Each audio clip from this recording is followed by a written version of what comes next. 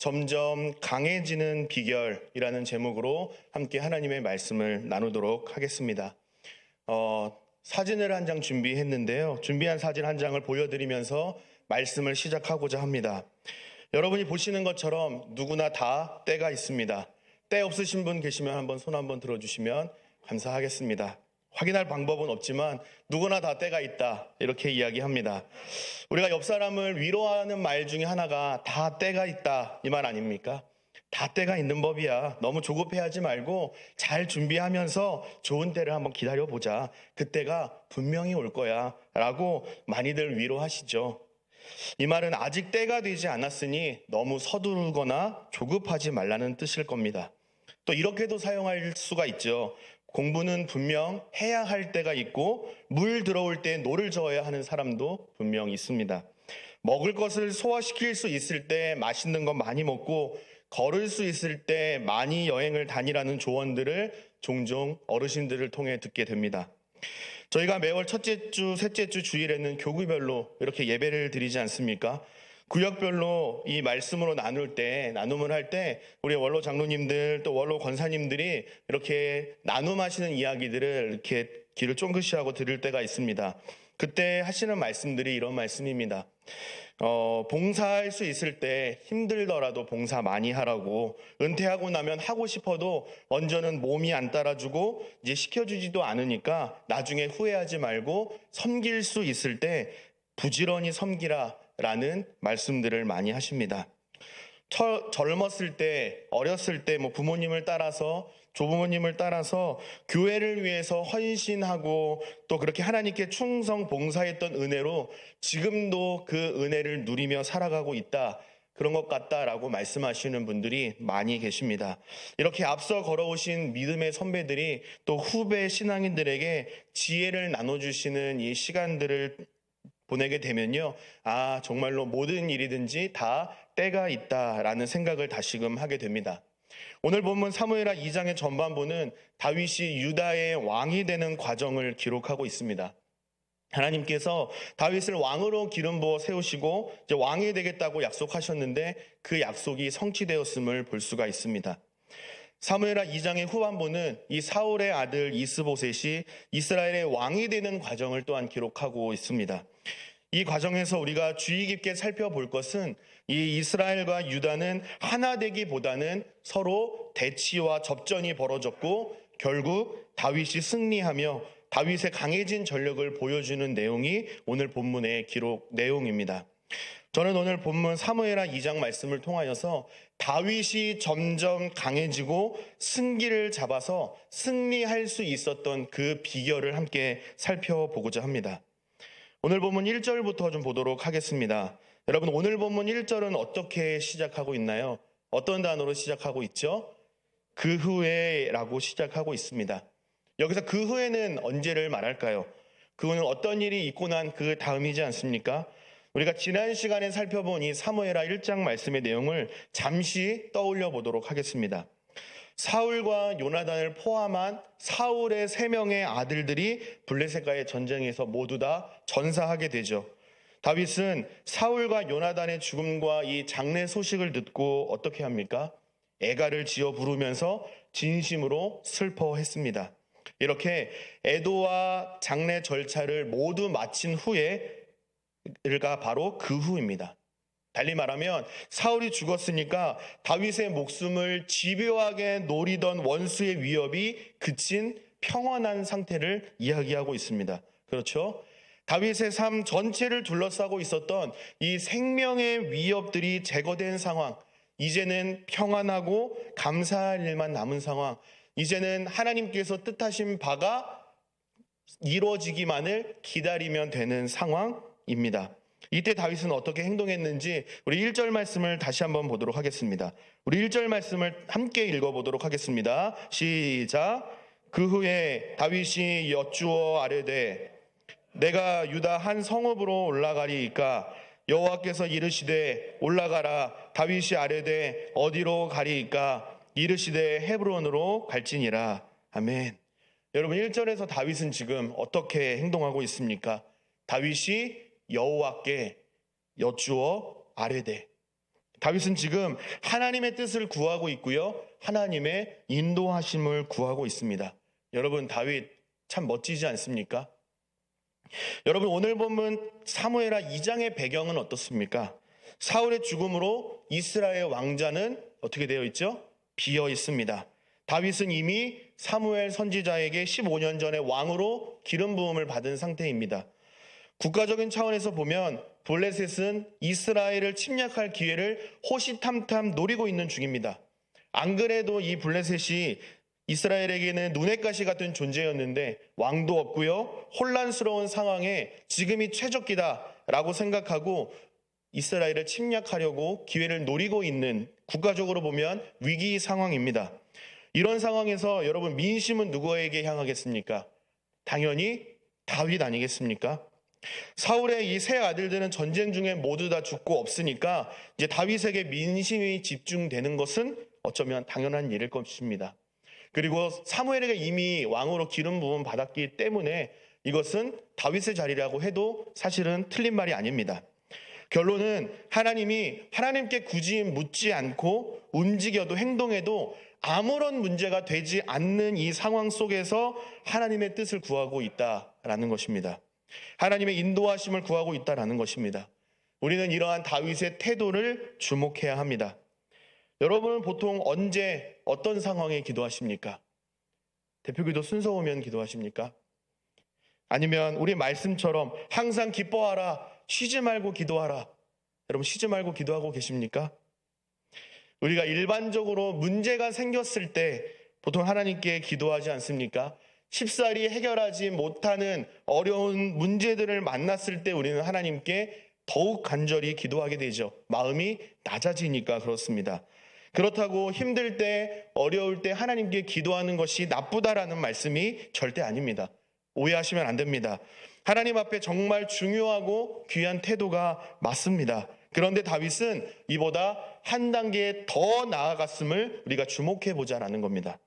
우리의 신앙의 성숙을 위해서 한번 다윗의 태도를 주목해 보자라는 거죠. 다윗은 굳이 기도하지 않아도 내 판단대로, 내 생각대로 행동해도 전혀 이상할 것이 없는 당연한 순간까지도 하나님의 뜻을 묻고 하나님의 인도하심을 구하고 하나님의 도우심을 구하고 있다라는 것입니다. 여러분, 다윗이 지금 어디에 머물러 있는 줄 아세요? 블레셋 시글락성입니다. 아직 블레셋 땅에 머물러 있습니다. 여기까지 오면서 다윗이 배운 것이 무엇입니까? 다윗은 자기를 죽이려는 이 사울을 피해서 이방 나라인 블레셋 땅으로 도망했습니다. 사무엘하 27장 1절에 이렇게 되어 있습니다. 우리가 살펴본 말씀인데 자막을 보시면요, 27장 1절 말씀에 이렇게 되어 있습니다. 다윗이 그 마음에 생각하기를 내가 후일에는 사울의 손에 붙잡히리니 블레셋 사람들의 땅으로 피하여 들어가는 것이 좋으리로다. 사울이 이스라엘 온 영토 내에서 다시 나를 찾다가 단념하리니 내가 그의 손에서 벗어나리라 하고 그랬습니다. 앞에 보면 어떻습니까? 다윗이 어떻게 했다고요? 그 마음에 생각하기를. 이거는 기도했다라는 것이 아닙니다. 다윗이 생각한 것이죠. 아직 일어나지 않은 일인데도 불구하고 이것이 최적의 길이다, 이렇게 하는 것이 옳은 일이다 라고 본인 스스로 판단하고 하나님의 뜻과는 상관없이 본인의 마음대로 생각한 대로 행동했다라는 것입니다.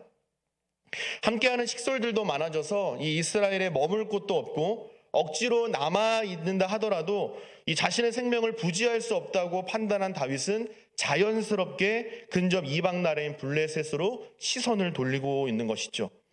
그리고 블레셋을 피난처로 삼고 도망하지 않습니까? 이것은 굉장히 지혜로운 선택처럼 보였고 어떤 다른 대안이 없는 상황에서 최선의 선택이라 생각했을 수도 있습니다. 하지만 하나님의 생각은 전혀 달랐습니다. 다윗은요, 본인이 생각한 대로 자기 마음대로 블레셋으로 나아갔을 때 어떤 비참한 일들을 경험하게 되죠? 아기스 왕 앞에서 침을 질질 흘리고요, 문을 박박 긁으면서 미친 채를 해야만 했습니다. 이런 비참한 과거를 경험했고요, 동족 이스라엘과 전쟁을 해야만 했습니다. 전쟁을 하기에는 마음이 아프고 전쟁을 안 하자니 아기스 왕에게 의심을 받을 수밖에 없는 이 노심초사하는 이 상황 가운데 결국은 하나님의 은혜로 말미암아 전쟁에 참여하지는 못했지만 이러한 고민을 하게 되는 비참한 상황을 경험했던 것이 바로 다윗이었습니다. 여기서 다윗은요, 내 판단대로 행동할 때에 다윗 인생 최대의 위기들을 만났습니다.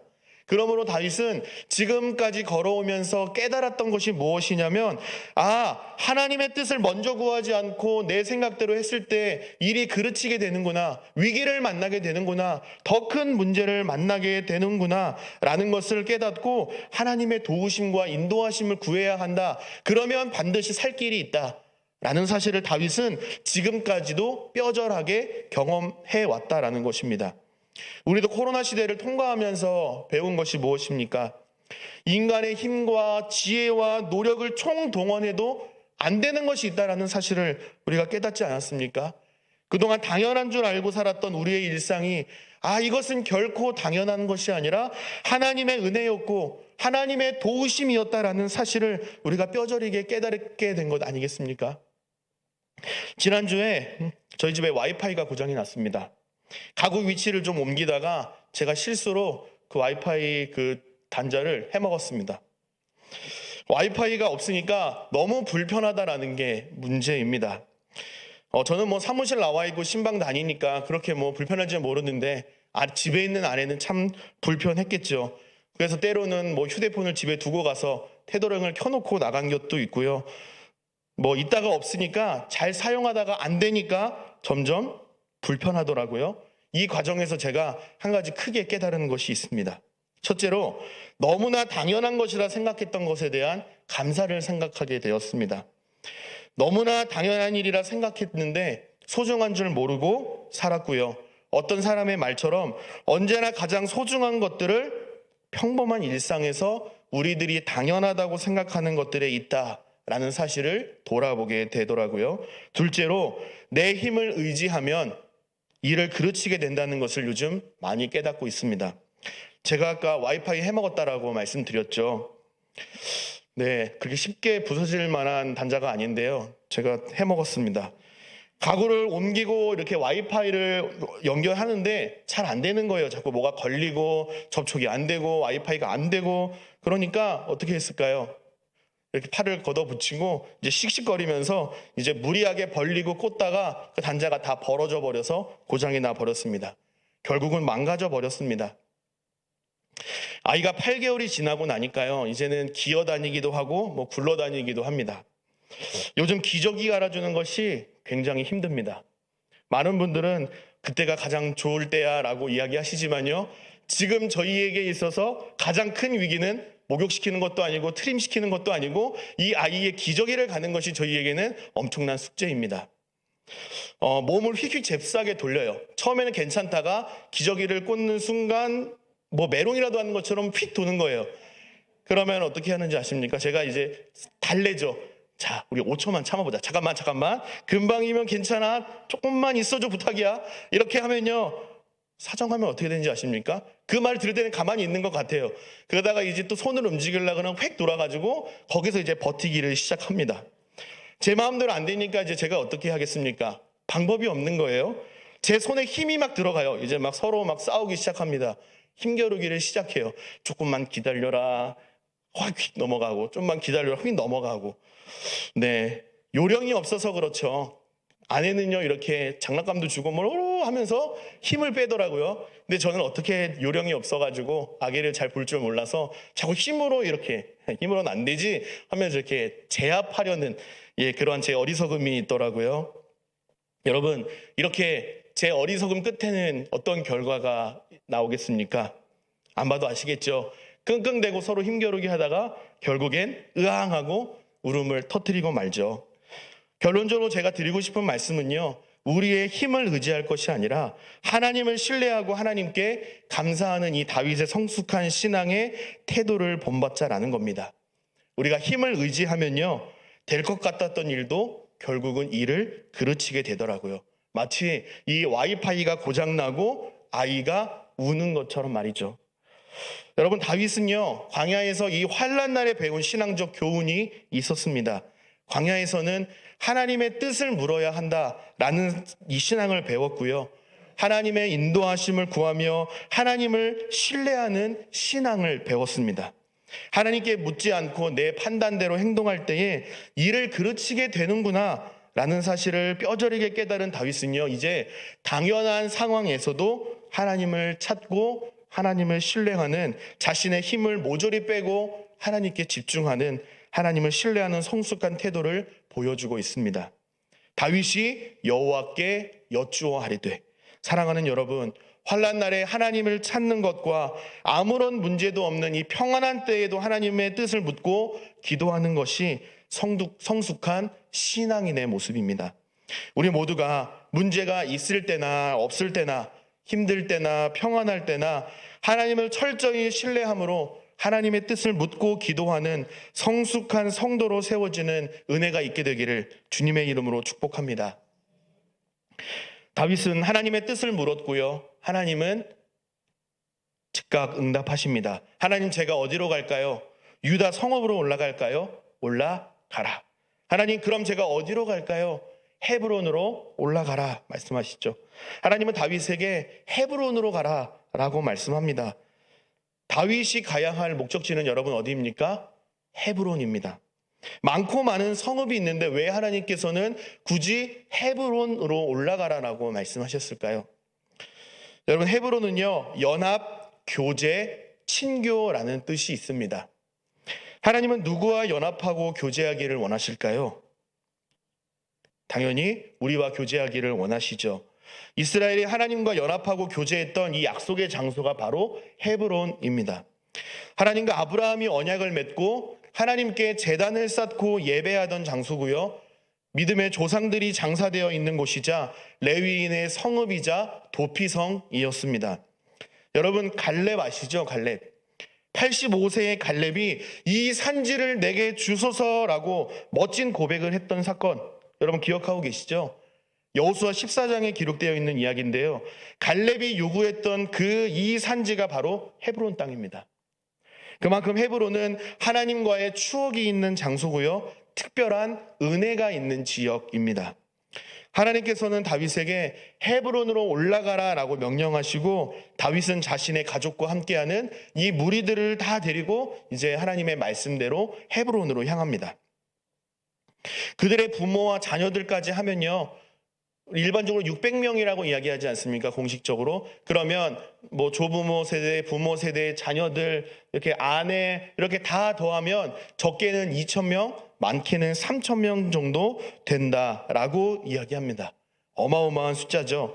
다윗과 그의 식솔들은 이제 헤브론에서 생활을 하게 되고요. 유다 사람들은 다윗에게 기름을 붓고 다윗은 유다 족속의 왕으로 세워지게 됩니다. 여러분, 다윗은 15년 전에 사무엘에게 왕으로 기름 부음 받았습니다. 그러나 오늘 4절을 보니까 다윗이 이스라엘의 왕이 아니라 반쪽짜리 유다 족속의 왕으로 세워졌다라고 말합니다. 우리는 이 부분을 대하면서 하나님께서 다윗을 인도하시는 방식에 의문을 좀 품게 되는 것 같습니다. 하나님, 사울이 죽었으면 이제 다윗이 이스라엘의 왕이 되어야 맞는 것 아닙니까? 빨리빨리 이 나라를 안정화시키고 더 부강한 나라를 만들고 다윗을 통해서 하나님의 뜻을 이루어가야 하지 않겠습니까? 왜 이렇게 일을 지체하십니까? 라고 질문할 수 있지 않겠습니까? 우리가 오늘 본문의 다윗이라면요, 여기서 우리는 하나님의 일하시는 방식을 보게 됩니다. 물론 하나님께서는요, 시간과 장소를 초월해서 역사하실 수 있는 분이십니다. 그러나 하나님은 우리 인간의 틀 안에서, 인간의 역사 안에서 하나님의 뜻을 이루어 가십니다. 하나님은 인간의 이 시 공간 안에서 인간을 통해서 인간의 삶의 현장 속에서 인간의 역사 가운데 일하시는 분이십니다. 그래서 하나님의 역사하심에 시간과 기다림을 결코 빼놓을 수가 없습니다. 어린 왕자라는 소설 작가로 잘 알려진 이 생텍쥐베리라는 소설가가 어린 왕자라는 책에서 이런 말을 했습니다. 신은 인간을 채찍으로 길들이지 않고 시간으로 길들인다. 누구에게든지 무슨 일이든 기다림이 필요하다. 누구든 기다리는 시간은 답답하고 초조하고 힘들다. 그렇지만 사람다운 사람은 기다림을 통해 만들어진다라고 했습니다. 시간에 대한 이야기죠. 또 어떤 책에 보니까 이렇게 되어 있습니다. 배추가 땅에서 뽑혀서 김치가 되어 우리 입에 들어가기까지 5번이나 죽는다. 이런 말을 했습니다. 한번 잘 들어보십시오. 땅에서 뽑힐 때 한 번, 칼로 베일 때 한 번, 소금에 절일 때 한 번, 젓갈과 마늘과 고춧가루 양념에 버무러질 때 한 번, 김치독에 들어가 땅에 묻힐 때 한 번, 이렇게 총 5번은 죽어야 김치가 될 수 있다라고 말합니다. 우스갯소리로 농담처럼 이야기하신 걸 수도 있겠지만 그만큼 시간에 따라서 인간은 만들어지고 성숙해진다라는 그런 이야기 아니겠습니까? 오랜 시간 동안 신앙생활을 해오신 분들은 아마 누구보다 잘 아실 겁니다. 신앙생활도 결국은 기다림이죠. 기도를 해도 하나님의 응답을 기다려야 합니다. 사실 우리가 기도할 때에 즉각적인 응답은 별로 없죠. 기다리라는 응답이 대부분이지 않습니까? 아니면 무응답이거나 그렇지 않습니까? 그래서 많은 성도들이 이 기다림에 힘들어하곤 합니다. 기다림에 지쳐서 넘어지기도 하고요. 기다림을 잘 견뎌서 달콤한 열매를 얻기도 합니다. 우리가 사무엘상에서 이 사울 왕 살펴본 거 기억나지 않습니까? 사무엘이 아직 오기도 전에 자기가 너무 급하다고 해서 먼저 제사를 드려버린 이를 그르친 사건도 우리가 함께 살펴본 적이 있죠. 그만큼 기다림은 인간에게 참 힘들고 어렵지만 사람으로 만들어지는 아주 중요한 도구인 것을 오늘 다시 한번 확인하게 됩니다. 여러분, 특별히 우리 한국 사람이 기다리는 것에 참 약하지 않습니까? 외국인이 한국에 살면서 한국어를 배울 때 가장 먼저 배우는 표현 중에 하나가 안녕하세요 다음에는 빨리빨리라고 합니다. 그만큼 한국 사람들이 일상에서 이 일을 가장 많이 쓰기 때문일 것입니다. 여러분, 엘리베이터에 향균 커버 코로나 시대에 많이 붙여놨죠. 그렇게 향균 커버를 씌워놔도 닫기 버튼만 달아있는 구멍 나 있는 나라, 비행기가 착륙하자마자 짐을 내리고 휴대폰을 켜는 사람들이 바로 한국 사람이지 않습니까? 아니라는 식으로 쳐다보고 계신데 저와 여러분의 모습입니다. 가톨릭대 영문학과 이창범 교수는요, 사람들은 왜 이리도 성격이 급하고 빨리빨리 움직이는 성향이 강할까라는 질문을 하면서 그 의식의 뿌리는 한국 사람들의 불확정성, 회피 성향이 유난히 강한 데에 있다라고 어렵게 말했습니다. 제가 그래서 쉽게 말씀드리겠습니다. 쉽게 말씀드리면 한국 사람들은 불확실한 일이나 불안정한 상황을 서둘러 피하고 싶어하는 성향이 매우 강해서라고 말합니다. 그래서 빨리 해결책을 찾으려는 욕구가 강하고요. 당장 닥친 일을 신속하게 처리하는 이 특유의 빨리빨리 문화를 발전해 왔다라는 것입니다. 또한 많은 사람들이 주장했듯이 이 사계절의 변화가 아주 뚜렷하지 않습니까? 그리고 외부의 침략을 많이 받아서 급하게 행동을 해야 했고요. 한국 역사의 고통의 순간을 참고 인내해야 했던 이 민족성 때문에 이 환경적 요인도 크게 작용했을 것이라 이렇게 이야기하고 있습니다. 그래서 이창범 교수가 담당하고 있는 이 한국 문화와 글로벌 비즈니스라는 수업에서 외국인 학생들 중에서 상당수가 한국 식당에서 배를 누르면 즉시 종업원이 뛰어와서 필요한 음식을 가져다 주는 것이 가장 인상적이다라고 말했다고 합니다. 또 한 TV 프로그램을 보니까 그 조사한 내용에 따르면 외국인들이 가장 이해하기 어려운 한국 사람의 대표적인 행동 중에 하나가요, 뒤에 기다리는 사람이 하나도 없는데 사장님이 카드 서명을 대신할 때 도저히 이해하지 못하겠다라고 이야기합니다. 그러나 한국 사람은 그 찰나의 기다림도 결코 용납할 수 없는 한국인의 모습을 잘 보여주고 있습니다. 인간은 특히 한국 사람은 기다림에 약한 데에 반해서 하나님은 이 시간과 기다림을 통해서 역사하신다라는 사실을 우리는 주목해 보아야 합니다. 유다 사람들이 다윗에게 기름을 부어서 이 유다 족속의 왕으로 삼았습니다. 아직은 이스라엘 전체가 아니라 그중 하나 유다 사람들을 위한 불완전한 왕으로 세워졌을 뿐입니다. 마치 우리가 보기에는 하나님의 일하심이 지체되는 것 같아 보여도 하나님은 인간의 시간과 역사 속에서 신실하게 일하고 계시는 하나님이심을 분명하게 말씀하고 있습니다. 우리 창세기 49장 10절 자막을 함께 보도록 하겠습니다. 우리 창세기 49장 10절 말씀을 함께 읽어보도록 하겠습니다. 시작. 규가 유다를 떠나지 아니하며 통치자의 지팡이가 그 발 사이에서 떠나지 아니하기를 실로가 오시기까지 이르리니 그에게 모든 백성이 복종하리로다. 아멘. 잠깐만 띄워주시면 감사하겠습니다. 창세기 49장은요 야곱의 유언과 죽음을 기록하고 있습니다. 특별히 우리가 지금 함께 읽은 이 10절 말씀은 유다 지파를 향한 야곱의 축복입니다. 규가 유다를 떠나지 아니하며 통치자의 지팡이가 그 발 사이에서 떠나지 않을 것이다 라고 축복하죠. 여기서 규는요 임금이 가지고 있는 지휘봉을 말합니다. 통치자가 가진 통치권을 상징하는 것이죠.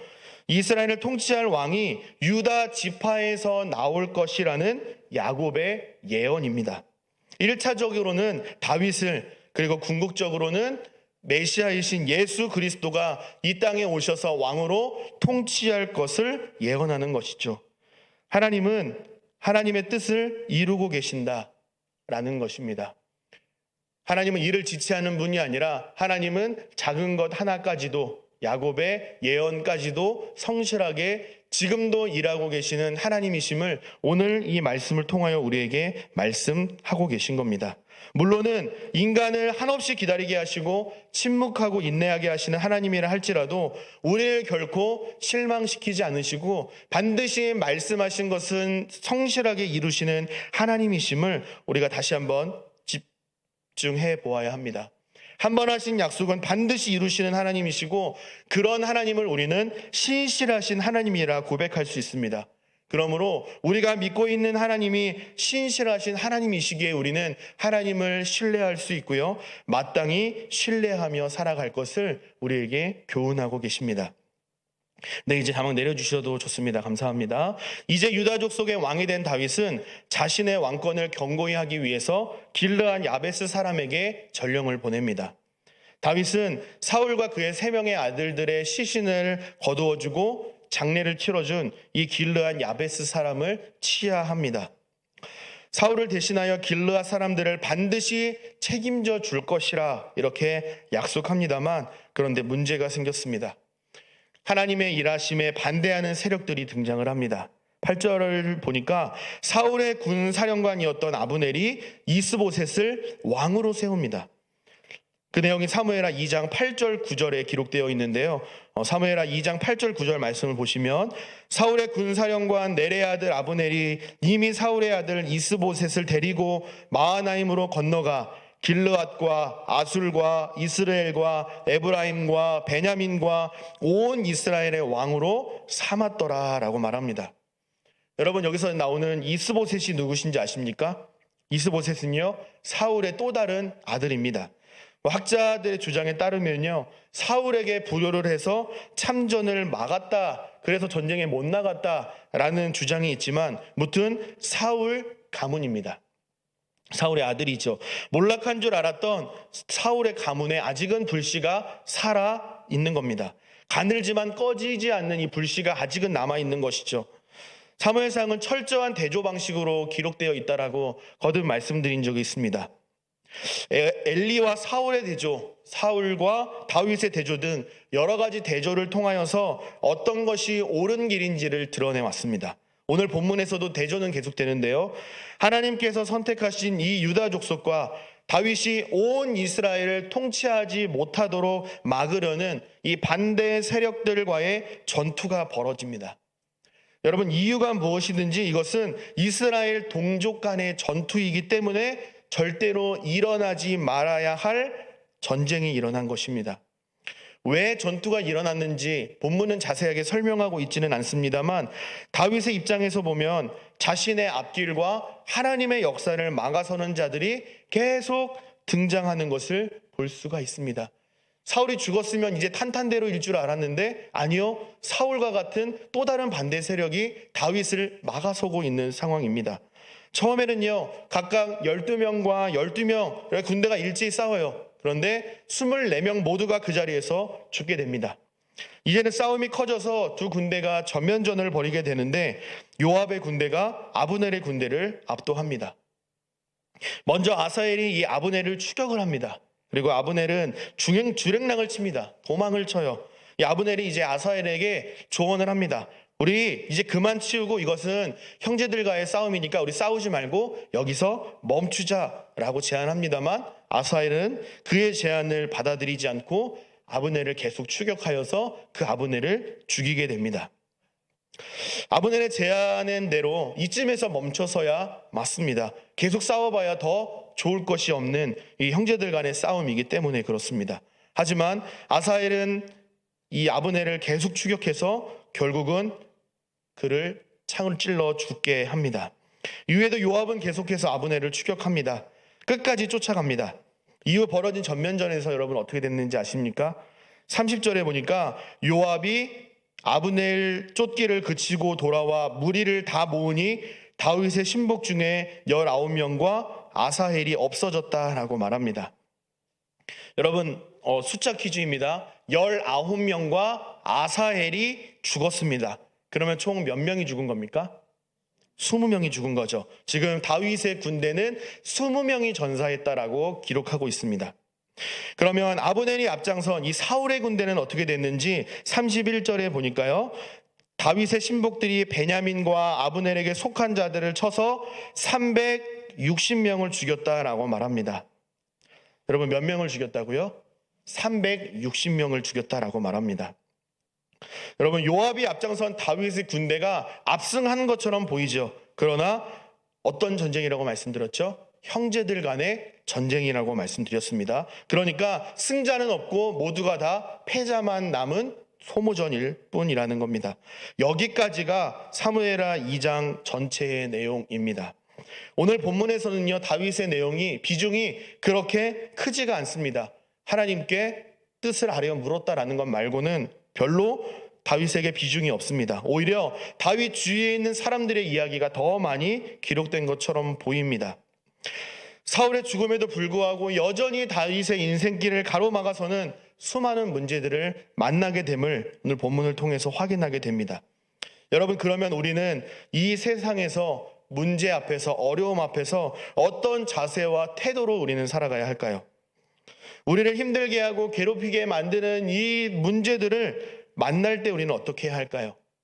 산 넘어 산이라는 말처럼 문제를 만날 때마다 낙심하고 좌절하는 삶을 하나님께서는 기뻐하실까요?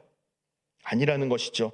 오늘 본문에서도 보면 다윗이 문제를 만났을 때 누구를 통하여 역사하고 계십니까? 하나님은 다윗의 신복들을 통해서 일하고 계신다라고 말합니다. 마찬가지로 우리 또한 인생의 문제와 어려움을 만났을 때 보이지 않는 상황 속에서도 자신의 백성들을 위해서 일하시는 하나님을 바라볼 것을 저와 여러분에게 오늘 본문을 통하여 요구하고 계십니다. 여러분 다윗의 어려움과 문제를 보면요, 다윗은 진작 망하거나 죽었어야 했습니다. 이미 사무엘상 앞쪽에서 이미 죽었어야 됐습니다. 그러나 다윗은 망하지 않았습니다. 죽지 않았습니다. 3절에서 31절을 보니까 다윗의 신복들이 죽였더라 라고 오히려 다윗은 점점 더 강하게 되었다라고 말합니다.